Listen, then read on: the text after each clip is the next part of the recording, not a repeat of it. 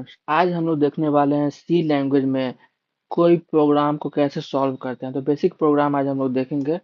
Right a program to exchange the two number. कोई भी दो नंबर को हम लोग को स्वैप करने से ए में अगर वन स्टोर है और बी में टू स्टोर है तो बी वाला वैल्यू ए में चल जाएगा और ए वाला वैल्यू बी में आ जाएगा। एक्सचेंज स्वैपिंग करना कैसे है? तो प्रोग्राम लिखने से पहले हम लोग को लॉजिक पे ध्यान देना पड़ता है। लॉजिक हमेशा याद रखना, लॉजिक के बिना कुछ भी पॉसिबल नहीं है। ओके, ठीक है।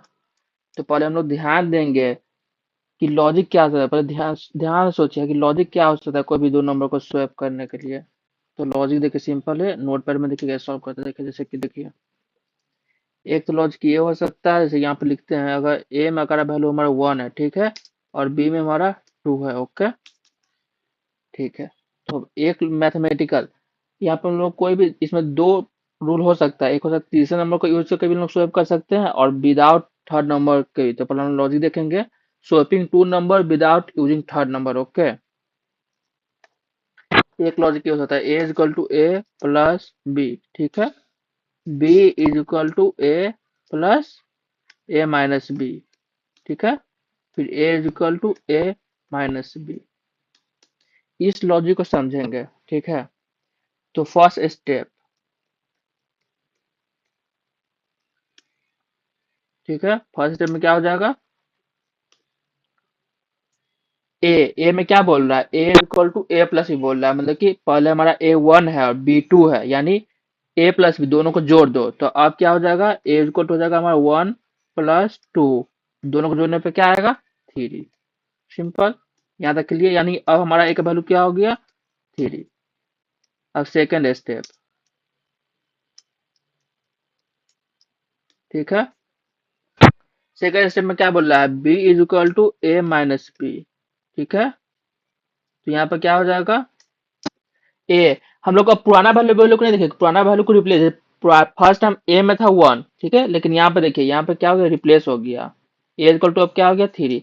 पहले था ए इक्वल टू वन, ठीक है, इसको रिप्लेस कर दिया इस मैथमेटिकल ऑपरेशन ने। इसको रिप्लेस करके ए में क्या वैल्यू आ गया नया, थ्री। तो लिखेंगे यहाँ पर थ्री।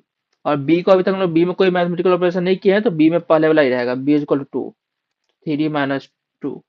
अब क्या आ गया, मैथमेटिकल वन। यानी अब हमारा न्यू वैल्यू क्या हो गया, बी इक्वल टू वन। ये इक्वल टू थ्री है, यहाँ पे लिख सकते हैं new value after mathematical operation, ठीक है। ओके, और यहाँ पर लिख सकते हैं बी इक्वल टू वन, हमारा क्या हो गया है, new value after mathematical operation. Okay, इसको हम लोग अच्छे से प्रोग्राम पर हम लॉजिक देखेंगे, फिर प्रोग्राम अब थर्ड स्टेप, थर्ड स्टेप में क्या हो जाएगा, थर्ड स्टेप में क्या बोल रहा है, ये थर्ड स्टेप है। थर्ड स्टेप में क्या बोल रहा है, A is equal to A minus B. तो हमारा ए में लास्ट वैल्यू क्या है, ए में स्टोर थ्री, ठीक है, तो यहाँ थ्री लिखेंगे, थ्री। ओके, अब देखेंगे बी, ए माइनस बी, बी में नया वैल्यू क्या स्टोर हुआ था, वन। तो बी में क्या हो जाएगा, वन, यानी माइनस वन। तो क्या आ जाएगा वैल्यू, थ्री माइनस वन कितना होता है, टू। यानी अब हमारा ए में क्या हो गया वैल्यू, टू।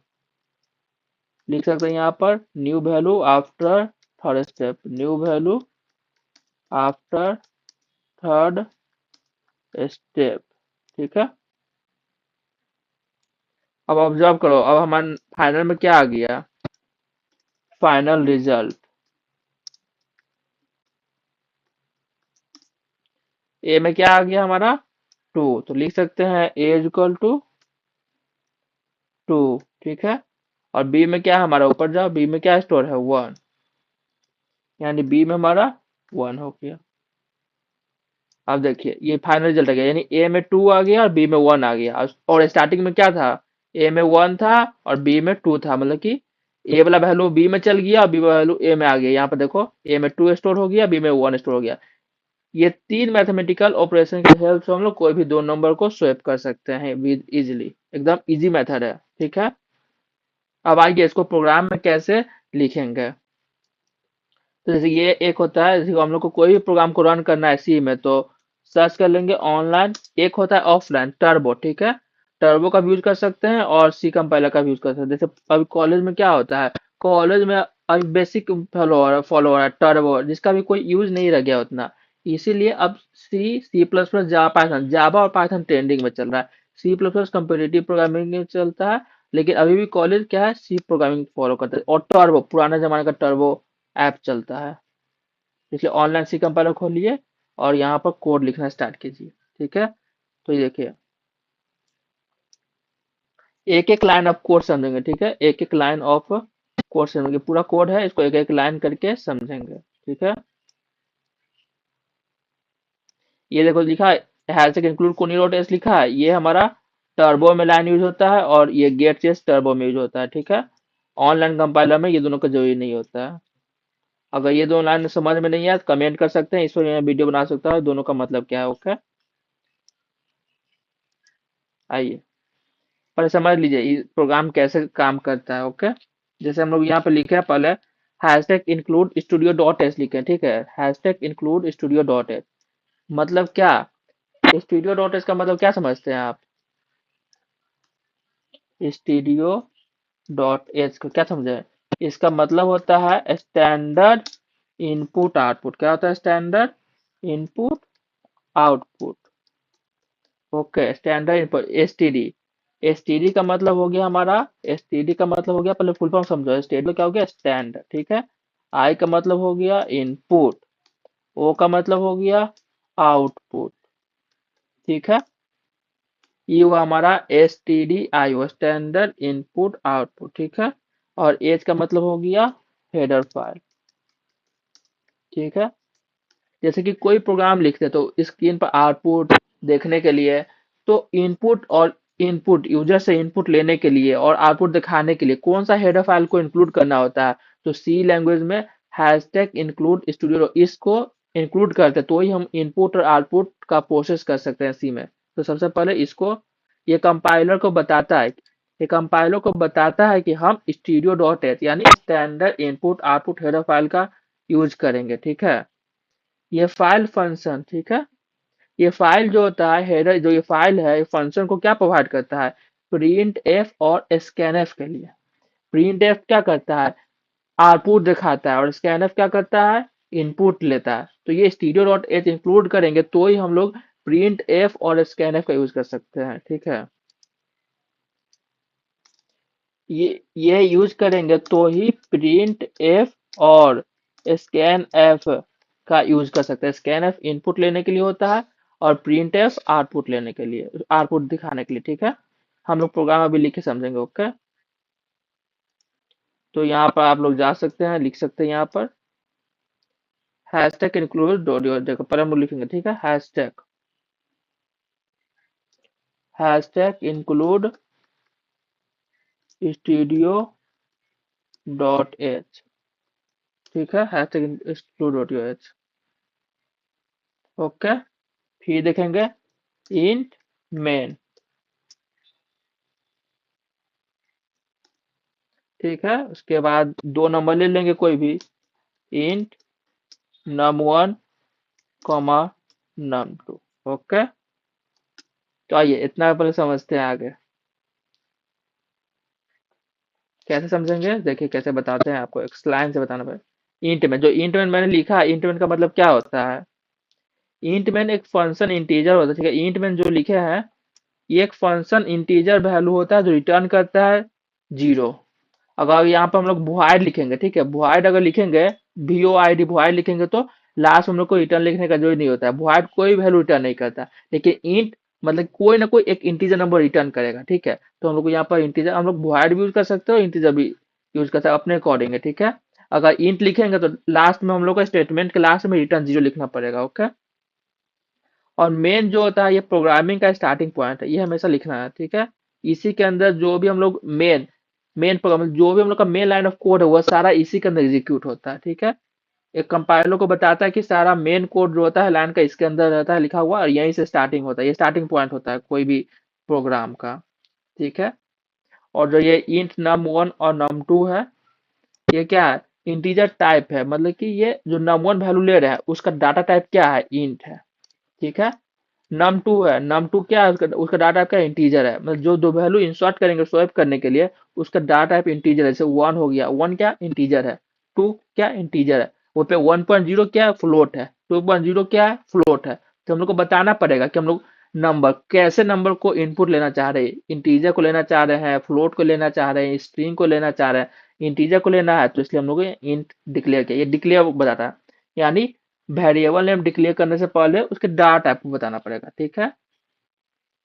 अब नेक्स्ट लाइन देखिए। ठीक है, नेक्स्ट लाइन यहाँ पे लिख सकते हैं प्रिंट एफ। ठीक है। और यहाँ पे लिखेंगे inter first number, inter first number. ठीक है। और स्कैन अप लिखेंगे यहाँ पर। ठीक है, एक्सप्लेन भी करते जाएंगे। ओके, एक लाइन से एक्सप्लेन भी करते जाएंगे। Percentile D M percent num one, दो बार लिखेंगे ना, दो दो नंबर लेना है तो इसीलिए स्कैन एफ पर लिखा गया, सॉरी, इंटर सेकेंड नंबर।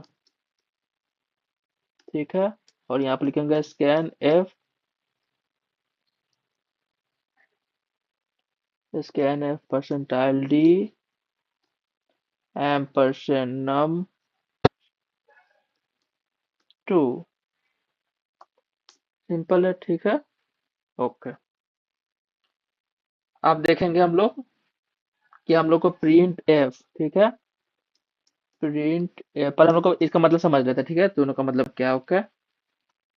हाँ देखिए, जैसे अब आता प्रिंट एफ, जो ये प्रिंट एफ है। ठीक है, प्रिंट एफ, प्रिंट एफ मतलब कि जो आउटपुट पर क्या स्क्रीन पर मैसेज हम लोग को दिखाना चाहते हैं। ठीक है, आउटपुट स्क्रीन पर मैसेज को प्रिंट कराता है दिखाने के लिए। लो ये जो कीवर्ड है print F, print F keyword use करते हैं सी लैंग्वेज में। ठीक है, इसके अंदर जो डबल इन्वर्टेड के अंदर लिखा जाता है, डबल इन्वर्टेड के अंदर, ठीक है, विदाउट परसेंटाइल जो डबल इन्वर्टेड के अंदर लिखा जाता है वो सेम टू सेम हमारे स्क्रीन पर दिखेगा।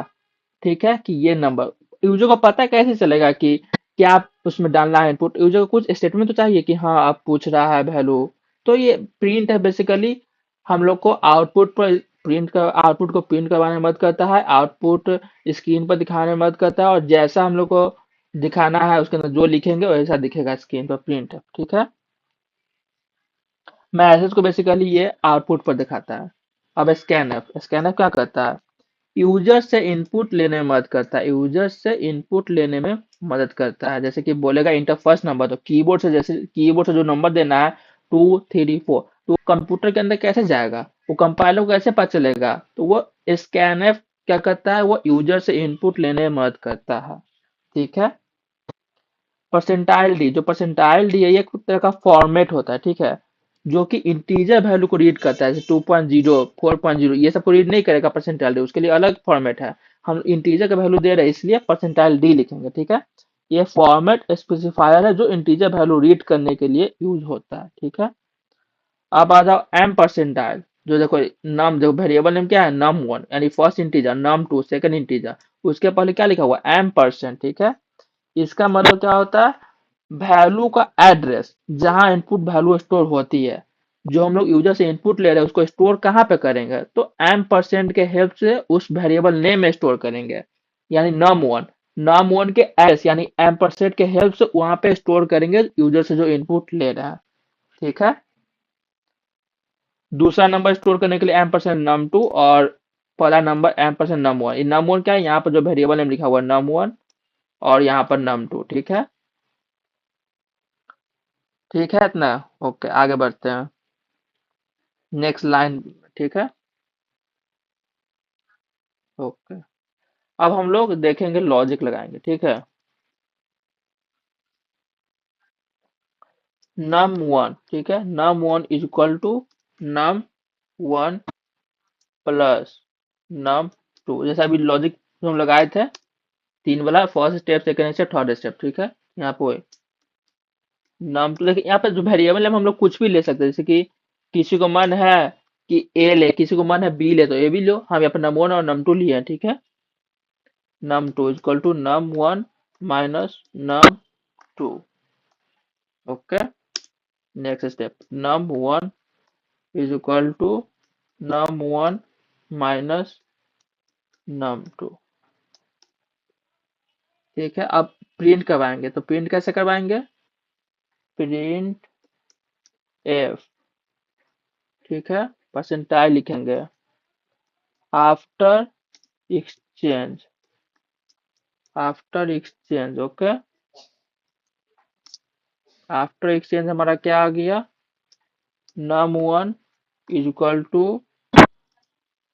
नम इज इक्वल टू क्या आ गया? परसेंटाइल डी, ठीक है, comma num two is equal to percentile D, ठीक है।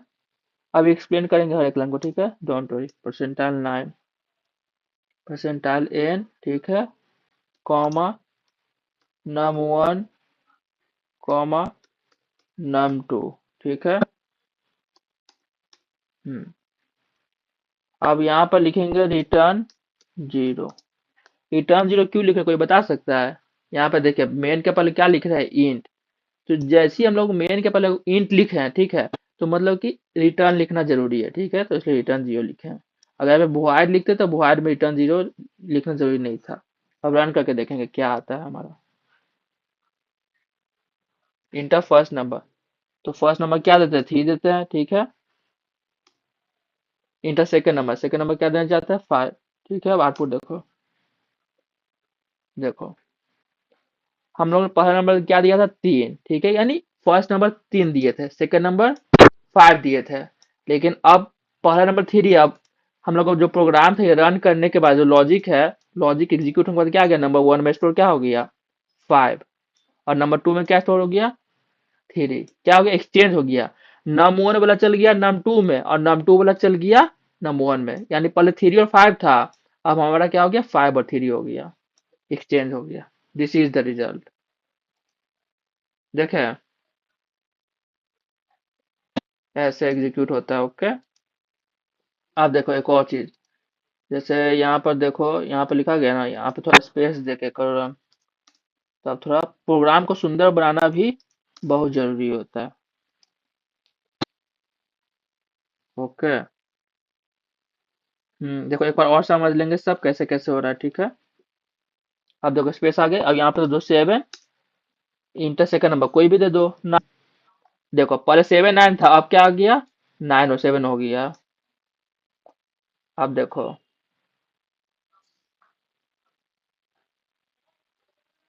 अब रुको इसमें और सुंदर देखो, और प्रोग्राम को कैसे सुंदर बनाया जा सकता है। देखो यहाँ पे लिख सकते हैं num one is equal to, ठीक है, और यहाँ पर लिख सकते हैं num two is equal to, ठीक है।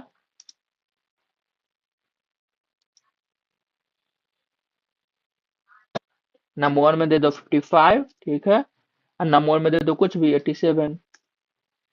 अब देखो पहला नंबर में 55 था, फिर नम 2 में 87 स्टोर किए थे, और अब प्रोग्राम रन करने आफ्टर एक्सचेंज स्वैपिंग करने के बाद क्या आ गया वैल्यू?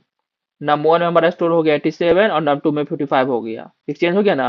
पहले 55 87 था, अब 87 और 55 एक्सचेंज हो गया, नहीं प्रोग्राम एग्जीक्यूट कर गया। अब देखो यहाँ पे जो हम लोग percentile N slash N use किया ना, स्लैश एन, ये क्या करता है? एक न्यू लाइन को डालता है, ठीक है। ये एक प्रोग्राम को सुंदर बनाने में काम आता है, न्यू लाइन को ऐड करता है, ठीक है।